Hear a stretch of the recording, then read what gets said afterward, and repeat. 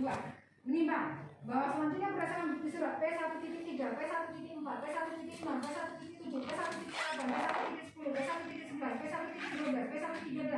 P14, P1.15, P1.16, dan P1.17. Ternyata penggugat satu telah melakukan berbagai kegiatan terkait hak asasi manusia dan kebebasan pers dengan mengajukan gugatan ke pengadilan maupun penerbitan buku. Selain itu berdasarkan surat P2.4, P2.5, P2.6, P2.7, P2.8, P2.9, P2.10, P2.11, P2.12, P2.13, dan P2.14, penggugat dua juga telah melakukan berbagai kegiatan di bidang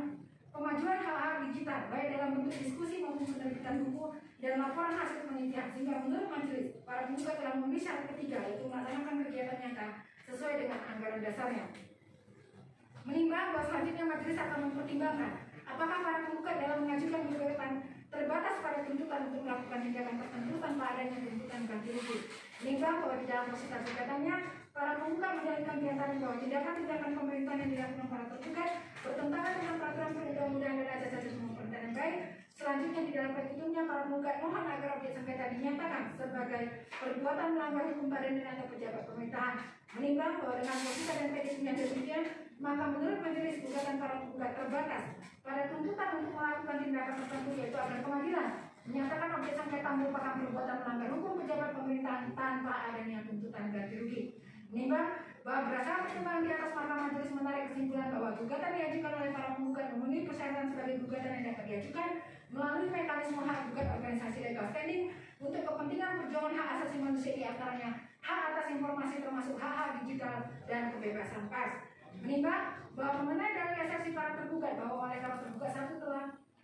membuka kembali layanan data di Papua dan Papua Barat, maka sudah tidak terdapat lagi sengketa antara para penggugat dengan para tergugat. Karena itu para penggugat sudah tidak mempunyai kepentingan hukum dalam mengajukan gugatan akuo, maka majelis mempertimbangkan bahwa berdasarkan ketentuan pasal 71 ayat 5 Undang-Undang Administrasi Pemerintahan dinyatakan bahwa kerugian yang timbul akibat keputusan dan atau tindakan yang dibatalkan menjadi tanggung jawab badan dan atau pejabat pemerintahan. Berdasarkan ketentuan tersebut, maka walaupun satu keputusan adalah tindakan badan dan atau pejabat pemerintahan telah tidak ada lagi karena telah dibatalkan, dicabut atau berakhir, akan tetapi sepanjang pada saat keputusan dan atau tindakan tersebut berlaku atau pernah dilakukan telah menimbulkan kerugian, maka warga masyarakat tetap dapat mengajukan gugatan terhadap badan dan atau pejabat pemerintahan yang menerbitkan keputusan dan atau melakukan tindakan pemerintahan. Menimbang bahwa di dalam gugatannya para penggugat mendalilkan bahwa sebagai akibat tindakan para tergugat telah mengakibatkan kerugian, di antaranya anggota-anggota penggugat satu yang menjadi penanggung jawab tabloid Jubi, pemimpin redaksi Cendrawasih Pos, Tempo dan koordinator liputan CNN Indonesia TV yang mengalami kesulitan melakukan verifikasi dan klarifikasi informasi, berkoordinasi dengan redaksi dan reporter lapangan, keterlambatan penyampaian informasi bahkan sempat tidak menerbitkan koran cetak, dan menurunnya pendapatan sehingga menimbulkan kerugian materi dan imaterial. Sementara anggota penggugat dua juga mengalami kerugian berupa terhentinya program organisasi Satgas Subdivisi Papua dan Papua Barat dan mengedukasi pemuda Papua memanfaatkan internet secara positif, sistem pelayanan pemerintah daerah Provinsi Papua secara elektronik terhadap e-budgeting dan e-planning juga terganggu. Pengemudi transportasi daring juga mengalami kerugian setelah berkurangnya jumlah wisatawan asing berkunjung ke Papua. Menimbang bahwa dengan demikian majelis mempertimbangkan bahwa walaupun dalam sengketa akuo, tindakan-tindakan pemerintahan yang menjadi objek sengketa telah tidak lagi dilakukan oleh para tergugat, akan tetapi oleh karena tindakan-tindakan pemerintahan tersebut telah pernah dilakukan dan pada saat dilakukan dianggap oleh para penggugat telah menimbulkan kerugian bagi warga masyarakat, maka para penggugat yang telah memenuhi persyaratan sebagai organisasi yang dapat mengajukan gugatan melalui mekanisme hak gugat organisasi legal standing tetap mempunyai hak untuk mengajukan gugatan terhadap para penggugat. Menimbang bahwa berdasarkan pertimbangan tersebut, maka para penggugat mempunyai kedudukan hukum legal standing untuk mengajukan gugatan akuo karena itu eksepsi tergugat satu dan tergugat dua terkait legal standing para penggugat yang demikian harus dinyatakan tidak diterima. Menimbang bahwa selanjutnya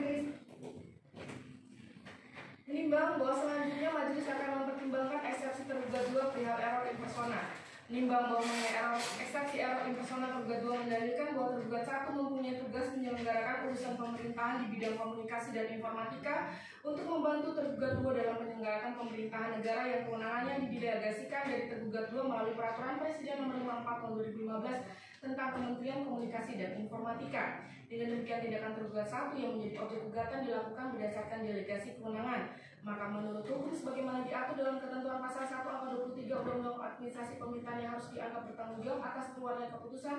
dari tindakan tersebut, dan karenanya yang harus digugat adalah tergugat 1. Oleh karena itu para penggugat keliru menarik tergugat 2 sebagai pihak tergugat, sehingga gugatan para penggugat haruslah dinyatakan tidak diterima. Menimbang bahwa atas eksepsi ini, para penggugat membantahnya dengan menyatakan bahwa tergugat 2 jelas dan telah nyata juga mengetahui, menyetujui, dan mendukung objek gugatan dengan menyatakan pemblokiran internet di wilayah Papua dan Papua Barat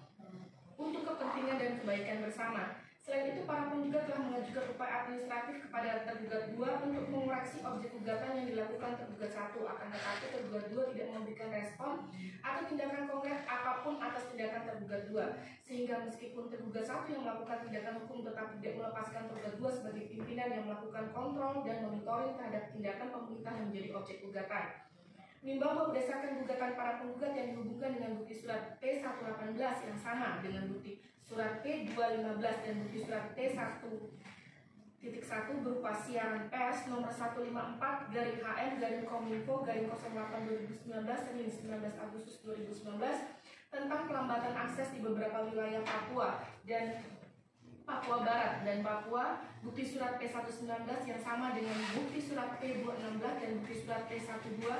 berupa siaran pers nomor 155-Kominfo-08-2019 Rabu 21 Agustus 2019 tentang pemblokiran layanan data di Papua dan Papua Barat, dan bukti surat P120 yang sama dengan bukti surat P217 dan bukti surat T13 berupa siaran pers nomor 159-HM Kominfo 08-2019 Jumat 23 Agustus 2019 tentang pemblokiran layanan data di Papua dan Papua Barat masih berlanjut, yang menunjukkan adanya tindakan-tindakan pemerintahan tergugat 1 yang menjadi objek sengketa dikaitkan pula dengan jawaban para tergugat yang menyatakan bahwa objek sengketa dilakukan oleh tergugat 1 sesuai kewenangannya berdasarkan pasal 1 angka 23, pasal 40 ayat 2, pasal 40 ayat 2A, ayat 2B, Undang-Undang Nomor 19 Tahun 2016 tentang perubahan atas Undang-Undang Nomor 11 Tahun 2008 tentang informasi dan transaksi elektronik. Berikut penjelasan umum angka 1 alinea 9 Undang-Undang tersebut dan pasal 1 angka 35 Peraturan Pemerintah Nomor 82 Tahun 2012 tentang penyelenggaraan sistem dan transaksi elektronik. Maka majelis memperoleh fakta bahwa tindakan pemerintah menjadi objek sengketa dilakukan oleh tergugat 1. Menimbang bahwa menurut para tergugat tindakan-tindakan pemerintahan yang menjadi objek sengketa telah didelegasikan oleh tergugat 2 kepada tergugat 1, sehingga dengan mendasarkan pada pasal 1 angka 23 dan pasal 13 ayat 7 Undang-Undang Administrasi Pemerintahan dan Peraturan Mahkamah Agung Nomor 2 Tahun 2019 pasal 1 angka 7 yang menyatakan bahwa tergugat adalah pejabat pemerintahan atau penyelenggara negara lainnya melakukan tindakan pemerintahan berdasarkan wewenang yang ada padanya atau dilimpahkan kepadanya yang digugat oleh warga masyarakat, seharusnya tanggung jawab dan tanggung gugat beralih kepada tergugat 1. Menimbang bahwa terhadap diikutsertakannya tergugat 2 sebagai pihak dalam perkara aku, majelis mempertimbangkan bahwa di dalam gugatannya para penggugat mendalilkan bahwa objek gugatan bertentangan dengan peraturan perundang-undangan, diantaranya bahwa objek gugatan tidak dilakukan sesuai dengan prinsip pembatasan hak asasi manusia dalam hal keadaan darurat sebagaimana dimaksud di dalam peraturan pemerintah pengganti Undang-Undang Nomor 23 Tahun 1959 dari Undang-Undang Nomor 23 PRT Tahun 1959 tentang keadaan bahaya yang pada pasal 2 ayat 2 mengatur bahwa pengumuman, pernyataan atau penghapusan keadaan bahaya dilakukan oleh tergugat 2. Menimbang bahwa di dalam peraturan pemerintah pengganti Undang-Undang Nomor 23 Tahun 1959 dari Undang-Undang Nomor 23 PRT Tahun 1959 tentang keadaan bahaya, pada pasal 1 angka 1 dinyatakan pada pokoknya bahwa Presiden dari Panglima Tertinggi Angkatan Perang menyatakan seluruh atau sebagian dari wilayah negara Republik Indonesia dalam keadaan bahaya dengan tingkatan keadaan darurat sipil atau keadaan darurat militer atau keadaan perang. Selanjutnya pada pasal 2 ayat 2 undang-undang tersebut diatur bahwa pengumuman, pernyataan atau penghapusan keadaan bahaya dilakukan oleh Presiden. Menimbang bahwa berdasarkan jawaban tergugat 1 dan tergugat 2 serta keterangan saksi Samuel Adriani Pangerapan selaku Direktur Jenderal Aplikasi Informatika pada tergugat 1 diantaranya menyatakan bahwa tindakan pemerintahan tergugat 1 menjadi objek sengketa dilakukan dalam situasi abnormal dan spesifik untuk pengendalian dalam mencegah masifnya penyebaran informasi hoaks yang berpotensi menimbulkan kerusuhan dan disintegrasi bangsa. Imbau bahwa terlepas dari isu dan permasalahan hukum mengenai apakah situasi abnormal dan spesifik sebagaimana disebut saksi, para tergugat yang mendasari alasan tergugat 1 melakukan tindakan pemerintahan menjadi objek sengketa sengketa adalah keadaan bahaya atau keadaan darurat sebagaimana dimaksud di dalam peraturan pemerintah pengganti Undang-Undang Nomor 23 Tahun 1959, Undang-Undang Nomor 23 PRP Tahun 1959 tentang keadaan bahaya atau tidak, dan apakah tergugat satu untuk melakukan tindakan pemerintah yang menjadi objek sengketa tersebut harus terlebih dahulu terdapat adanya pernyataan keadaan darurat dari tergugat dua atau tidak. Oleh karena itu,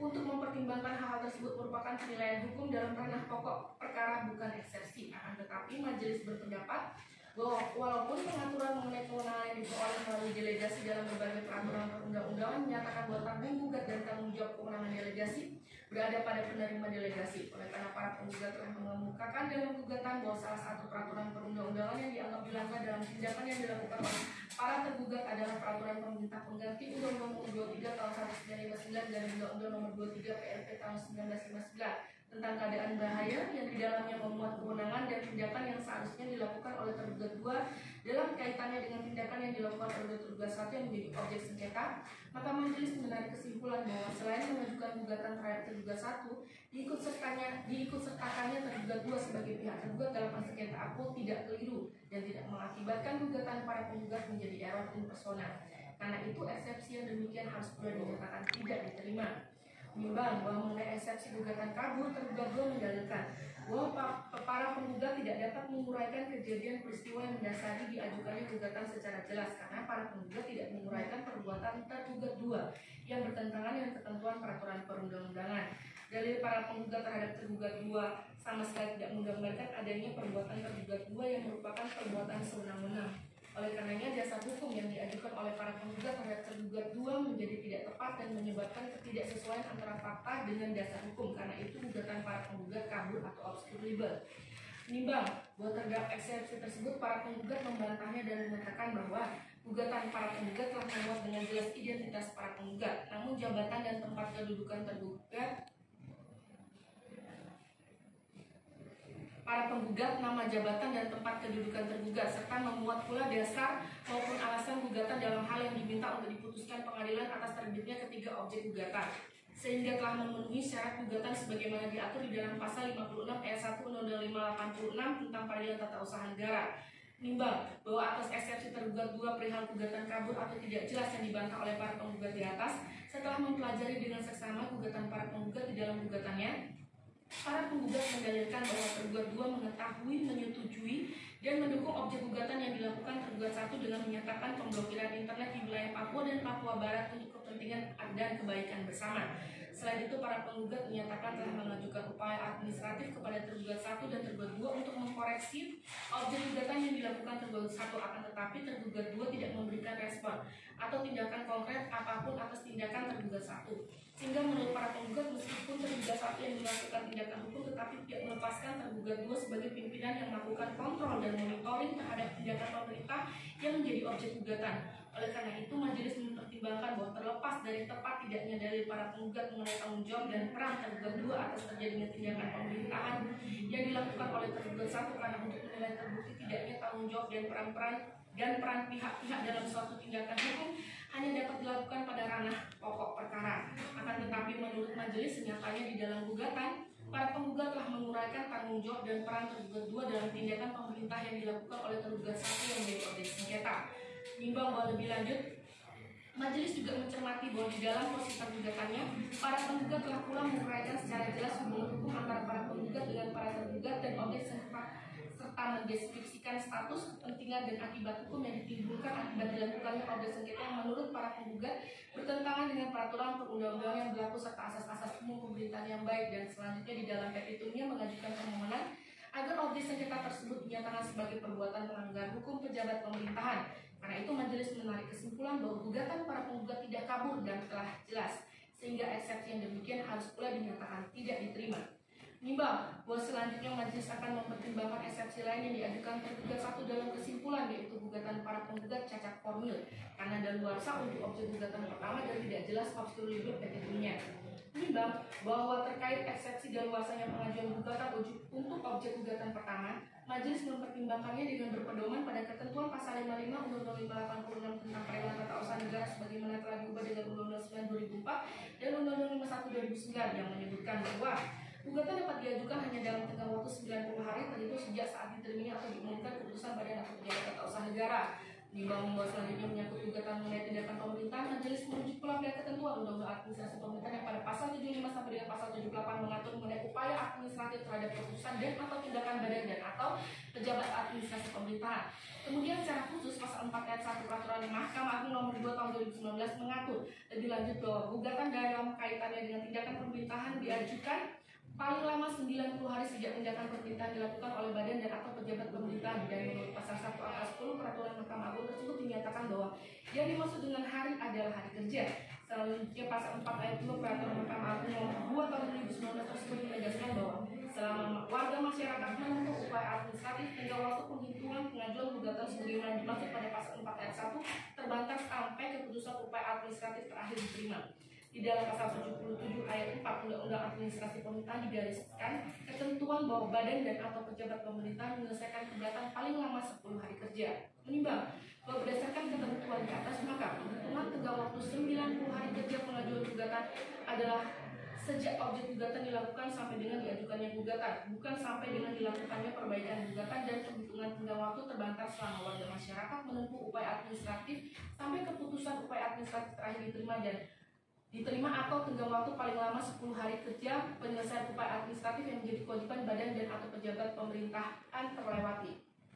Menimbang bahwa dalam sengketa aku berdasarkan bukti surat T118 yang sama dengan bukti surat P215 dan bukti surat T1 berupa siaran pers nomor 154 dari HM Kominfo garing 08 2019 yang merupakan objek sengketa pertama. Ternyata objek sengketa pertama dilakukan pada hari Senin tanggal 19 Agustus 2019. Selanjutnya, berdasarkan bukti surat P130 yang sama dengan P228 berupa surat dari para penggugat tanggal 4 September 2019 dan diterima oleh tergugat 1 pada tanggal 4 September 2019 perihal keberatan atas pemutusan akses internet di Papua, dan bukti surat P131 yang sama dengan P229 berupa surat dari para penggugat tanggal 4 September 2019 yang diterima oleh tergugat 2 pada tanggal 5 September 2019 perihal keberatan atas pemutusan akses internet di Papua. Diperoleh fakta ternyata pada tanggal 4 September 2019 para penggugat telah mengajukan upaya administratif berupa surat keberatan yang diterima oleh tergugat 1 pada tanggal 4 September 2019 dan diterima oleh tergugat 2 pada tanggal 5 September 2019 agar para tergugat